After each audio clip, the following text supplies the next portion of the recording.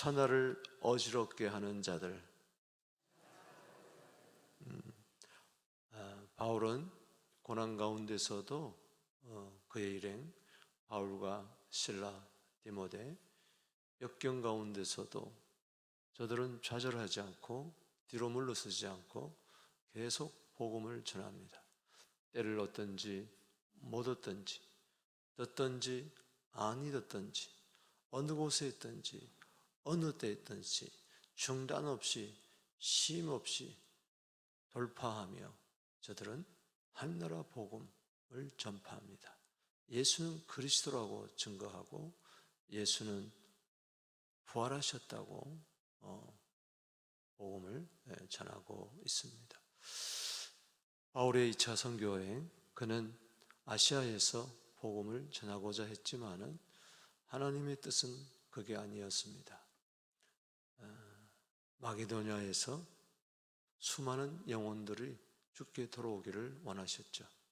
결국은 밤에 드로아에서 환상을 보고 마게도냐 사람 건너와서 도우라는 이 환상을 보고 하나님의 뜻으로 받아들이고 저들은 속히 힘써서 배를 타고 드디어 빌립보에 도착합니다.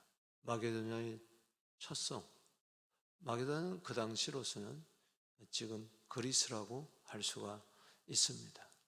첫 관문이 그 로마로 향하는 그 가도에 서 있는 빌립보에 도착해서 복음을 전합니다. 그래서 루디아, 그리고 귀신 들린 한 여종, 그리고 감옥에서 간수와 그 가정을 구원하게 됩니다. 감옥에서 매를 맞고 족소에 차였지만은 그들은 밤중에 이해될 수 없고 받아들일 수 없는 고난 속에서도, 그 아픔 속에서도 고난 가운데 기도할 때에 하나님의 놀라운 섭리를 깨달은 거죠. 마게도냐 한 사람이 건너와서 도우라. 그 사도행전 16장 9절, 그 한 사람이 누굴까요? 곰곰이 생각해 보니까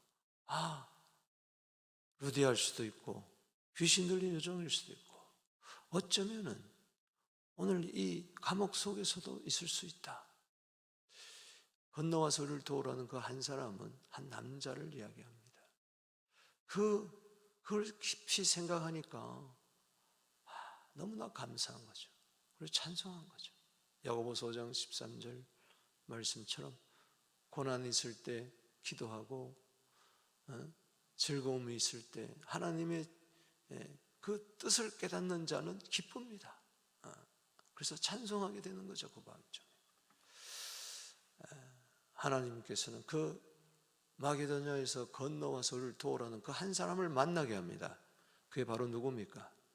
옥토가 흔들리고 죄수들이 다 도망간 줄 알고 칼을 빼내어 책임감에 짓눌려서 자결하려고 할 때, 처자식이 분명히 있는데도 얼마나 중압감에 눌려서인지 스스로 목숨을 끊고자 할 때 우리가 여기 있다. 깜짝 놀랐죠. 선생들아, 내가 어떻게 하면 구원을 얻겠느냐? 인생의 근본적인 문제를 제기했을 때 16장 31절에 주 예수를 믿으라. 그리하면 너와 네 집이 구원을 얻으리라.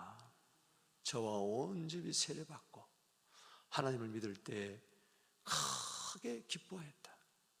그 가정이 예수도 모르고 하나님도 모르는데 16장 31절에 예수를 믿고 구원받고 34절에 하나님을 믿음으로 크게 기뻐했습니다. 여러분, 괜히 하나님이 밤에 환상 가운데 마게도냐 한 사람을 보여준 게 아니에요. 실제적으로 그 사람을 만난 것입니다. 할렐루야. 그리고 이제 17장에 와서 이제 빌립보를 지나 이제 데살로니가로 옵니다. 그래서 17장에는 세 곳에서 전하는데 따라합시다. 데살로니가, 베레아, 그리고 아테네. 지금 파리 올림픽에서 33인가요? 올림픽이 열리고 있는데 그 하계 올림픽이 바로 이 아테네에서 출발했어요. 그 아테네에 온 거예요. 아테네에서 성경적인 아덴이라고 이야기하지만은 아테네라는 것은 꽃의 도시라, 그런 이름이 있습니다. 뜻이 있습니다. 꽃의 도시. 얼마나 아름다웠으면은 시인이 그렇게 이름을 붙였어요. 독일 사람. 꽃의 도시다. 참 1회 하계올림픽, 28회 하계올림픽이 열렸던 거기서 이제 복음을 전하게 됩니다. 그 사이에 얼마나 많은 어려움이 있었는지, 그럼에도 불구하고 고난은 오히려 복음 전파, 복음 확장의 도구인 줄로 믿고 계속해서 그는 앞으로 전진하며 나아갑니다. 지도상으로 보면은 빌립보에서 그 아래로 베레아로, 또 그 아래로 이 아테네까지, 또 내일 보겠지만 18장에서는 고린도까지, 그래서 18장 22절까지 2차 선교 여행이 마치는 것을 알 수가 있습니다. 16장에서 빌립보, 17장에서 데살로니가, 베레아, 아테네, 그리고 이제 고린도까지 복음을 전파하면서 마게도냐 전체에 복음을 확산시키는, 마게도냐는 이제 그리스를 그 당시 북부 지역을 마게도냐라고 그러고 남쪽을 아가야라고 이야기했습니다. 그 북부 마게도냐의 그 수도는 그 당시 데살로니가였어요. 그리고 남쪽 아가야의 수도는 고린도였습니다. 결국은 큰 도시마다, 수도마다 복음을 전하는 바울의 그 행선지를 우리는 볼 수가 있습니다. 성경에서 보면 도시 선교를 굉장히 중요시 여기고 있습니다. 우리가 미사가 시청 앞에 이 한복판에 우리 서부장로교회를 세워준 이유가 분명히 있는 줄로 믿습니다. 어떤 어려움과 어떤 역병과 어떤 오해 속에서도 우리는 여기서 주저앉지 않고 우리는 수많은 영혼들에게 복음을 전해야 될 줄로 믿습니다. 오늘 특이한 것은 그가 빌립보에서 데살가로 건너와서 복음을 전할 때에 한 야손이라는 사람이 복음을 받아들이고 그 바울 일행을 자기 집에 모셨는데 깡패들이 그 집에 침입해가지고 바울 일행을 내놓으라 그럴 때 야손은 숨겨줬어요. 이 일 때문에 그는 고소를 당합니다. 깡패들에게. 그때 바울 일행을 이렇게 이야기하고 있습니다. 6절 말씀, 발견하지 못하며 야손과 및 형제들을 이끌고 읍장들에게 가서 소리질러 이르되 천하를 어지럽게 하는 이 사람들이 여기도 이러매. 천하를 어지럽게 하던 이 사람들. 여러분, 그 당시 천하라는 것은 5대양 6대주를 이야기하는 것이 아니라 로마 제국을 이야기하는 것입니다. 그 마게도냐, 로마, 아시아, 그 당시는 진짜 전부 다가 로마죠. 로마. 모든 길은 로마로 통한다는 것처럼 가이사 황제가 지배하는 이 땅에 천하를 어지럽게 하는 자들이 나타났다. 여러분, 누가 어지럽게 합니까? 깡패들이야말로 어지럽게 하는 것이요. 여기 5절에 때를 지어 유대인들은 시기하여 저자의 어떤 저자라는 것은 바로 시장을 이야기하는 거죠. 거기에 불량한 사람들을 데리고 때를 지어 성을 소동하게 하고 야손의 집에 침입하여 그들을 백성에서 끌어내고 찾아가는, 어지럽게 한다는 건 소동한다는 거예요. 누가 진정한 어지럽게 하는 자입니까? 이 시기에 가득 차 깡패를 동원한 이 유대인들이란 말로 세상을 어지럽게 하고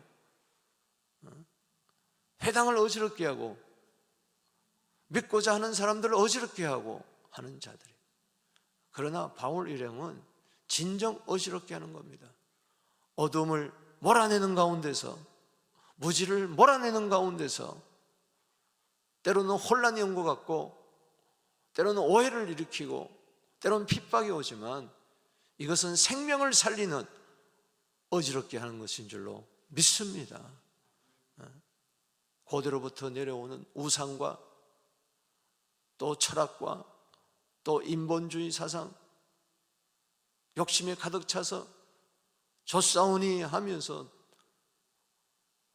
무지하면서, 하나님도 알지 못하면서 멸망으로 가면서도 알지 못하는 저들, 그들을 어지럽혀 놔야 되는 겁니다. 복음 전파는 어지럽게 하는 겁니다. 우리들이야말로 진정 사람 살리는 어지럽힘이 있어야 될 줄로 믿습니다.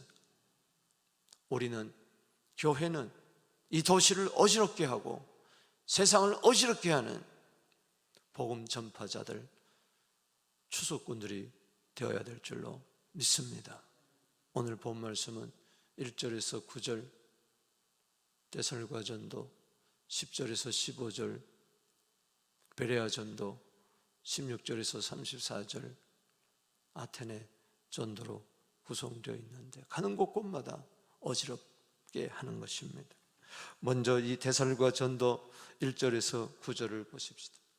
빌립보에서 데살로니가까지는 약 160km에, 우리가 그냥 이렇게 성경을 이렇게 정해 놓으니까, 그러니까 뭐 옆 동네 갔구나, 걸어서 갔구나. 160km. 생각해 보세요.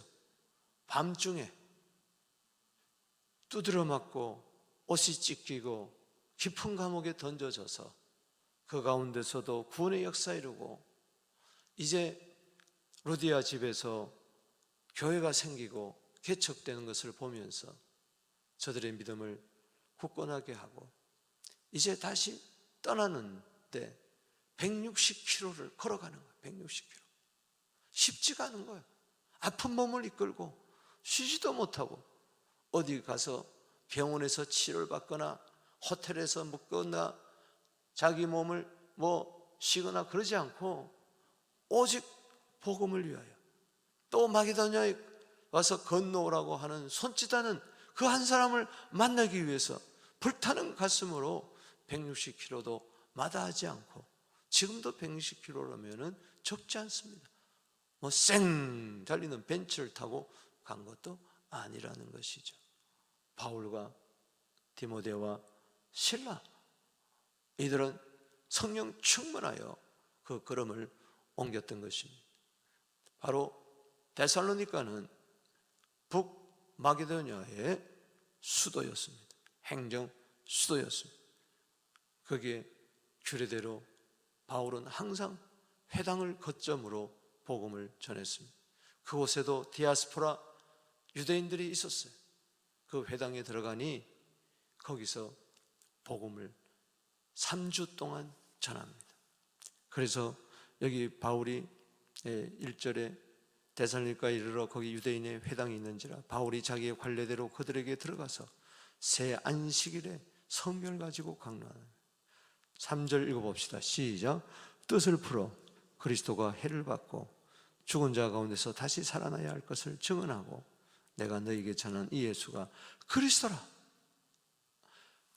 유대인 디아스포라는 지금 예루살렘을 떠나가지고 박해를 피해가지고 지금 저들은 데살로니가까지 와가지고 회당을 지어놓고 거기서 살아계신 하나님을 섬기면서, 언제 메시아가 오겠습니까? 언제 그리스도가 오셔서 이 로마의 압정에서 이 나그네의 삶에서 우리를 구원할까? 그렇게 예배하고 있었는데, 여러분들이요, 구약 성경을 가지고 뜻을 풀어가지고 저들에게 닫혀있는, 묶여있는 이 성경을 풀어가지고 예수가 죽은 자 가운데서 다시 살아나셨다, 예수가 메시아다, 따라합시다. 예수가 메시아, 그리스도다, 구원자다. 아멘이십니까? 4절 말씀에 어떤 사람, 경건한 헬라인의 큰 무리와 적지 않은 기부인도 고난을 받고 바울과 실라를 따르다. 아니, 유대인 회당에 경건한 헬라인들이 있었어요. 기부인들이 있어요. 이들은 뭐냐면은 헬라 사람들은 종교성이 많았어요. 여러분, 신화가 얼마나 많습니까? 근데 유대인들도 전도했겠죠. 유일신 하나님을 섬기라고. 그럴 때에 고넬료도 그랬던 것처럼, 루디아도 그랬던 것처럼 이방인들이 유대교로 개종한 거죠. 그런데 이 많은 헬라인들이 가만히 복음을 들어보니까 할례 받아 구원받는 것도 아니고, 율법을 지켜야 구원받는 게 아니고, 예수 믿으면 구원 얻는구나. 할렐루야. 유태인들이 그토록 기다리게 했고 고대하게 했던 메시아, 그들도 안식일마다 유대인 회당에 들어와 가지고 이제 메시아가 곧 온다, 메시아가 곧 온다, 메시아가 곧 온다, 구원자가 온다, 구원자가 온다. 그런데 보니까 이미 왔던 거예요. 예수가 그리스도인 거예요. 그러니 많은 헬라 사람들이, 이방 사람들이 복음은 모든 믿는 자에게 구원을 주신 하나님의 능력이에요. 첫째는 유대인에게요, 또한 헬라인에게로다. 이 복음을 받아들일 때 믿게 되는 것이죠. 그러니 이 유대인들이 얼마나 시기가 났겠어요.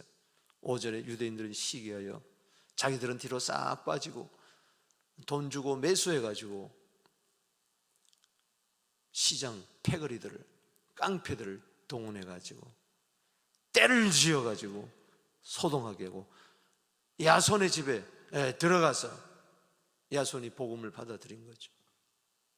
이 사람이 정확하게 누군지는 모르지만 이 바울 일행을 받아들일 정도로. 그런데 야손은 자기가 해를 당한다 할지라도 바울 일행을 숨겨둔 거죠. 그래서 고소당하고 보석금을 주고 이제 풀려나는 거죠. 그때 고소할 때 천하를 어지럽게 하는 사람들이 왔다. 이들이 우리에게는 로마 황제 가이사밖에 없는데 뭐라고 이야기하느냐, 이 유대인들 보세요. 7절에 야손이 그들을 맞을 때 이 사람들이 다 가이사의 명을 거여하여 말하되 다른 임금 곧 예수를 하니가 있다 하다이다. 예수는 왕이십니다. 할렐루야. 눈에 보이는 가이사가 왕이 아니고 예수야말로 그리스도요, 왕이요, 구원자요, 통치자이십니다. 아멘. 사랑하는 성도 여러분, 데살로니가전서 요즘 수요일마다 강의하지만은 그 데살로니가전서 1장 5절에 보면은 3주 동안 복음을 전할 때에 데살로니가전서 1장 5절에 성령과 능력과 큰 확신으로 말씀을 전했다고 그랬어요. 그럴 때 6절 말씀에 말씀을 받아들인 데살로니가 성도들은 많은 환난 가운데서도 기쁨으로 말씀을 받아들여 바울을 본받고 그리고 그리스도를 본받았다고 이야기를 하고 있습니다. 사랑하는 성도 여러분, 전하는 자나 받는 자나 성령과 능력과 확신 가운데서도 환난 가운데서도 기쁨으로 말씀을 받아야 될 줄로 믿습니다. 그래서 믿음의 역사, 사랑의 수고, 소망의 인내가 넘쳐나서 저 북쪽뿐만 아니라 남쪽 아가야까지 믿음의 소문이 퍼졌던 것입니다. 3주밖에 없었다. 하나님이 하시는 거죠. 바울과 그 일행이 한 게 아니라 하나님이 하시는 거죠. 복음을 통해서 하시는 거죠. 예수는 그리스도라고, 임금이라고, 그분이 죽은 분이 아니라 어제나 오늘이나 영원토록 동일하신 주의 종들이 복음을 전할 때 그때 주님이 나타나셔서 역사하신 것이죠. 10절에서 15절에 이제 베레아에서 복음을 전합니다. 더 남쪽으로 내려옵니다. 밤에 형제들이 바울과 실라를 베레아로 보내니 이제 밤에 야반 도주하는 겁니다. 쉽지가 않아요. 복음 전파의 길이. 여러분, 우리가 시리아에 복음을 전할 때도 야반 도주 한 선교사들이 많았잖아요. 중국에서도 그렇고 이야기를 들어보면 그냥 우리 중국 선교사도 지금 제주도에 와 있지만 우리 성기는 파송선 교수. 그분도 서안에서 학교를 등록해가지고 그 중국 학생들을, 대학생들을 몰래 집에 초청해서 처음에 식사하고 교제 나누면서 제자들을 키웠는데, 이게 발각이 돼가지고 모든 거 다 놔두고 그냥 살림살이 다 놔두고 야반도주한 거예요. 밤에 형제들이 바울과 실라를 베레아로 보내니 그들이 유대인의 회당에 들어가니라. 그런데 놀라운 것은 베레아에 있는 사람들은 굉장히 신사적이었어요. 그래서 11절에 한번 보십시다. 시작. 베레아에 있는 사람들은 데살로니가에 있는 사람들보다도 더 너그러워서 아주 성품이 고상한 인격을 가진 사람들이었어요. 깡패들하고는 달랐어요. 간절한 마음으로 말씀을 받고 이것이 그러한가 날마다 성경을 상고함으로. 이 사람들은 구약 성경밖에 몰랐어요. 그래서 특별히 그 당시는 회당에서 모세오경 중심으로 성령을 강론했으니까 그것을 날마다 강론했지만 뭐가 풀리질 않았어요. 메시아를 기다리고 기다렸지만은, 그런데 아니 이게 웬일입니까? 어느 날 바울이 더 나타나가지고 성경을 풀어주는 거야. 그럴 때 저들은 이게 그이었구나, 이게 그 말씀이었구나 하면서 날마다 저들은 성경을 상고했다는 것입니다. 이 데살로니가 사람들도 환난 가운데 기쁨으로 말씀을 받아가지고 3주 동안에도 역사가 일어났는데, 이 사람들은 그들보다도 더 마음문이 오픈 마인드가 돼가지고 막 스폰지 그냥 물이 쫙쫙쫙쫙 받아들이지. 크리넥스에 물 한번 이렇게 물방울 던져보세요. 쫙 퍼지듯이 그냥 아멘 아멘 하면서 말씀을 받아. 너그러워서 간절한 마음으로 막 입을 열고 시편 119편 131절 말씀처럼 헐떡이면서 말씀을 받아들이는 거예요. 오늘도 여러분 만문이 열리게 되기를 바랍니다. 할렐루야. 간절한 마음으로 말씀을 받게 되기를 바랍니다. 그리고 성경을 날마다 상고하게 되기를 바랍니다. 계시록 1장 3절에 예언의 말씀을 읽고 듣고 지키고, 시편 1편 2절에 율법을 죄하러 묵상하고 암송하고 마음판에 새기고 적용하고. 그래서 이들은 여기서 무슨 안전병이 일어나고 소경이 눈을 뜨고 뭐 중풍병자가 났고 귀신이 쫓겨가고 이런 것도 없었어요. 데살로니가 이 베레아 그리고 아덴 그냥 순수하게 말씀으로 역사했어요. 여러분, 하나님의 말씀은 히브리서 4장 12절에 살았고 운동력이 있는 줄로 믿습니다. 에레미야 23장 29절에 하나님 말씀은 불이요 방망이요 반석을 깨트릴 줄로 믿습니다. 베드로전서 1장 23절에 거듭나는 것이 영원토록 항상 있는 말씀으로 되는 줄로 믿습니다. 그랬더니 12절에 보십시오. 그 중에 믿는 사람이 많고 또 헬라의 기부인과 남자도 적지 않더라. 그렇죠. 유대인 회당에는 항상 유대인들이 있을 뿐만 아니라 이방인들, 헬라인들이 있었어요. 유대교로 개종한 자들. 그렇기 때문에 바울은 항상 회당 중심으로 말씀을 전했던 것이죠.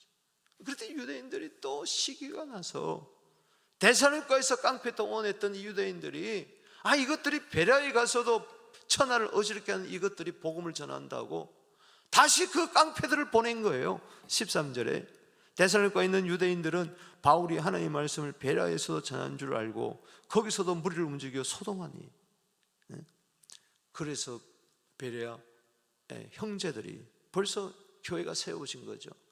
바울을 내보내요. 바다까지 항구까지 가게 하고 실라와 디모데는 아직 거기 머물더라. 주로 말씀을 전하는 사람이 바울이니까 바울은 빨리 피신을 시키고, 그리고 디모데와 실라는 그 베레아에 남게 했습니다. 15절에 바울을 인도하는 사람들이 그를 데리고 아덴까지 이르러 드디어 아덴에 오는 겁니다. 그에게 실라와 디모데를 자기로 속히 오라는 명령을 받고 떠나니라. 이제 바울은 혼자가 된 거예요. 여러분 생각해 보세요. 힘들고 어려울 때에 친구 한 사람, 동지 한 사람 있으면 말동무도 되고 얼마나 위로와 격려가 되겠습니까? 그런데 아덴에 혼자 떨어진 거예요. 그것이 이제 16절에서 34절까지 그 유명한 아테네에서의 전도입니다. 혼자 전도하는 거예요. 망망대해 돛담배 갖고 한 번도 거기에 방문해 보지도 않는데 여행 간 것도 아니에요. 지금도 2000년이 지난 지금도 파르테논 신전에 그 유적이 있지 않습니까? 그것 때문에 수많은 사람들이 아테네로 가는 거예요. 지금은 그리스도의 수도가 아테네입니다. 세계적인 수도예요. 문화유적지들이 그야말로 새 빛깔입니다. 경상도로 말하면 새 빛깔이 다 문화고 다 유적지고 헬라 사람들이 대단한 거죠. 철학의 도시, 종교의 도시, 문화의 도시, 오죽하면 꽃의 도시라고 그렇게 이야기했겠어요. 여러분, 베레아에서 아테네까지가 몇 킬로인 줄 아세요? 빌립보에서 데살로니가까지 160km인데 그거의 2배, 300km가 훌쩍 지난 320km. 그곳에 바울 혼자 가서 지금 있는 겁니다. 얼마나 외롭겠어요. 여러분, 주의를 할 때 때로는 외롭고 때로는 힘들고 과연 이것이 내가 행할 수 있을까 두렵고 떨리기도 하지만은 그러나 그곳에 성령님이 계시고 예수님이 계시고 하나님 임마누엘로 계신 줄로 믿습니다. 16절 34절에 아테네에 들어왔습니다.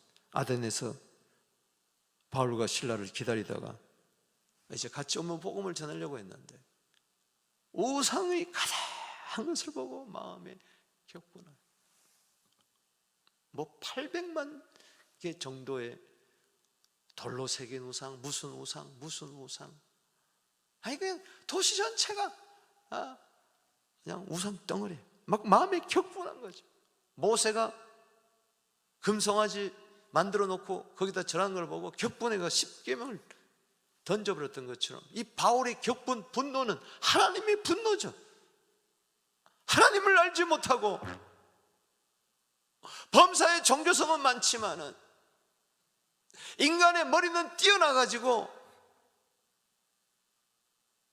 철학으로 인생이 뭔가, 신은 있는가 없는가 그걸 논하는 저들, 그러면서 우상을 많이 만들어 먹을 때 격분한 거예요. 하나님의 마음. 17절에 회당에 들어가서 유대인과 경건한 사람들과, 이 경건한 사람들은 바로 이방 종교에서 돌아온 자들을 이야기합니다. 고넬료도 이방 로마 사람이었지만은 경건하다고 그랬잖아요.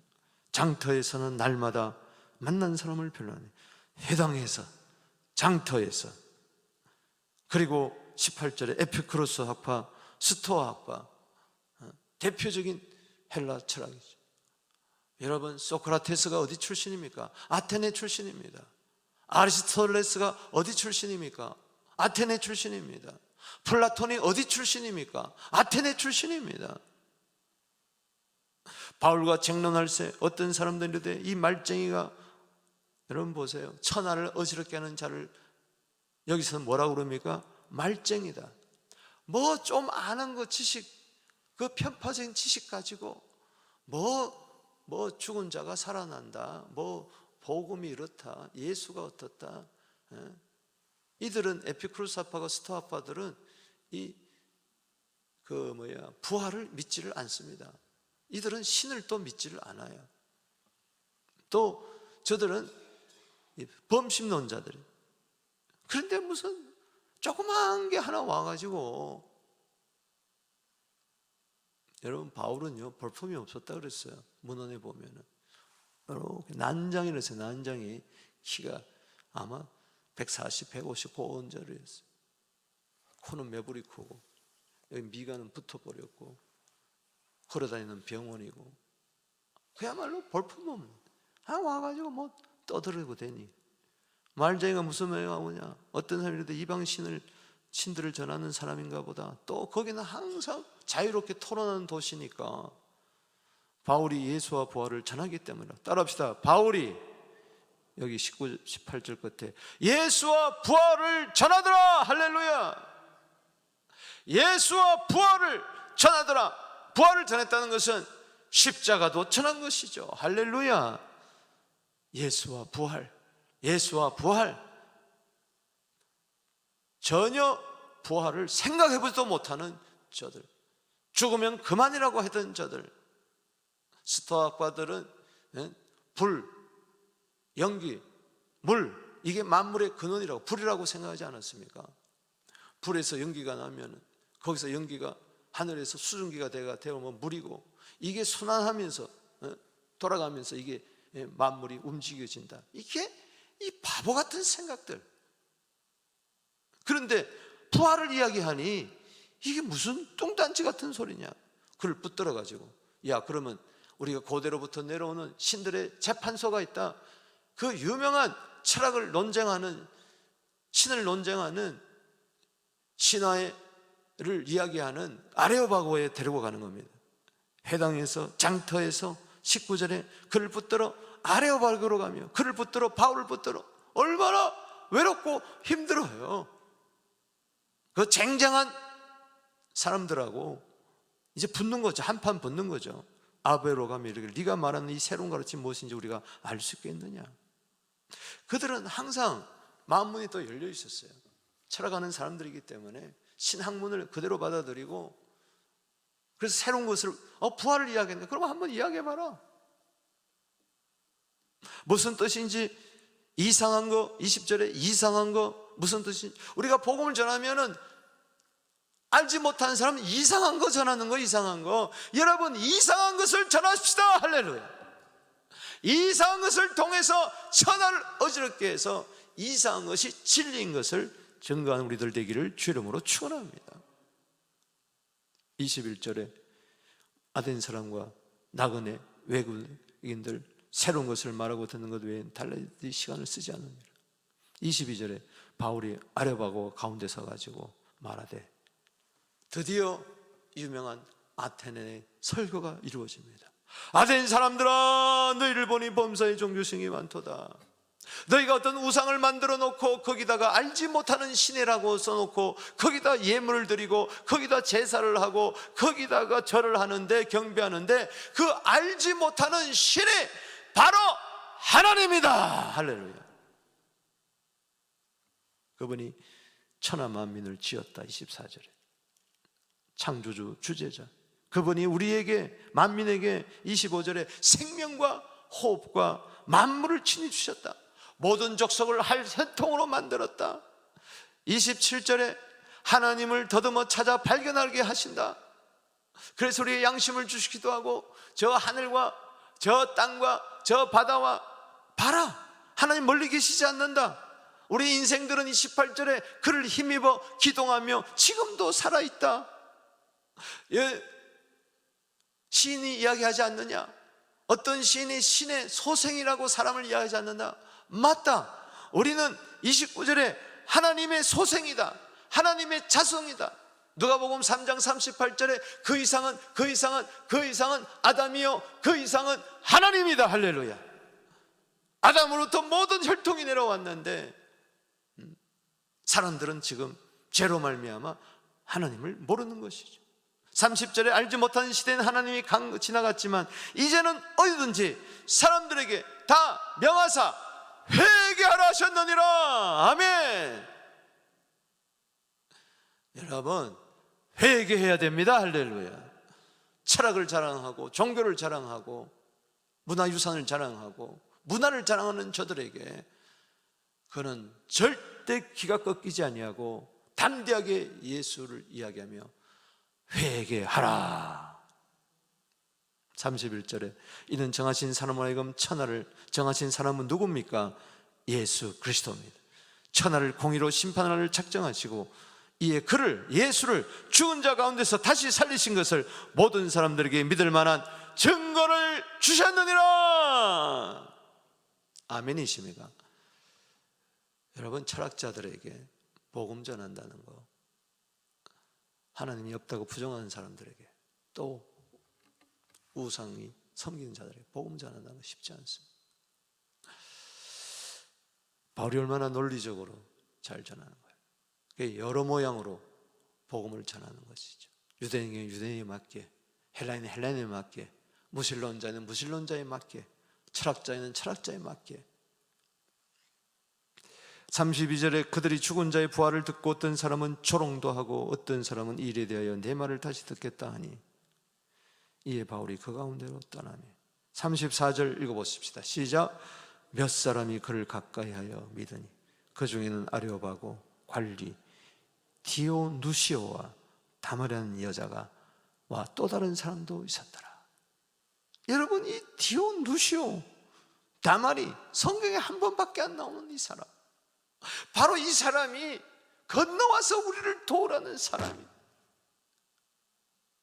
바울이 그 환상을 보고 순종하지 않았다면 이 사람이 어떻게 야손이 구원을 얻겠으며 베레아 사람들이 구원을 얻겠으며, 어찌 이 디온누시오, 발음하기도 힘드네. 다말이, 다말아 먹으리, 다말이 말을 발음하기도 힘든 이 사람을 노아복음 15장 17절에 양 100마리 중에서 99마리를 낳아다 두고 그 한 마리 이런 양을 찾고 찾을 때 기뻐했다 그랬어요. 여러분, 항상 복음을 전하면요 두 양상이 일어납니다. 예수님 십자가에 달릴 때 한편 강도가 믿고 한편 강도가 믿지 않았어요. 똑같습니다. 십자가의 도는 고린도서 1장 18절 말씀처럼 십자가의 도는 멸망하는 자에게는 미련하게 보이지만 구원 얻는 자에게는 하나님의 능력입니다. 1장 22절에 유대인들은 표적을 구합니다. 헬라인들은 지혜를 구합니다. 그러나 1장 24절에 그리스도는 유대인이든 헬라인이든 부르심을 받은 자들에게는 유대인이나 헬라인에게나 그리스도는 하나님의 능력, 하나님의 지혜 말씀을 맺습니다. 오늘 천하를 어지럽게 하는 이 사람들 때문에 데살로니가가 떠들썩하고 베레아가 떠들썩하고 그리고 아덴이 떠들썩했습니다. 이 중에 믿지 않는 자들도 있었지만 오만불손하면서 시기하고 조롱하고 그리고 깡패들 동원해서 방해한 자도 있었지만 그러나 천하보다 귀한 한 영혼들이 죽기로 돌아오고 있습니다. 바울은 이제 고린도로 향하여 발걸음을 옮깁니다. 거기서 1년 6개월 동안 거하면서 복음을 전하게 되죠. 두 손 들고 기도합니다. 주님, 그저 편안하게 사는 거로 우리 인생의 목적을 삼지 않게 하여 주시고 천하를 어지럽게 하는 복음으로 살게 하여 주시옵소서. 예수는 그리스도, 오늘도 예수는 구원자라고 담대히 외치는 우리 모든 교회 되게 하옵소서. 기도하며 나갑니다. 주여, 주여.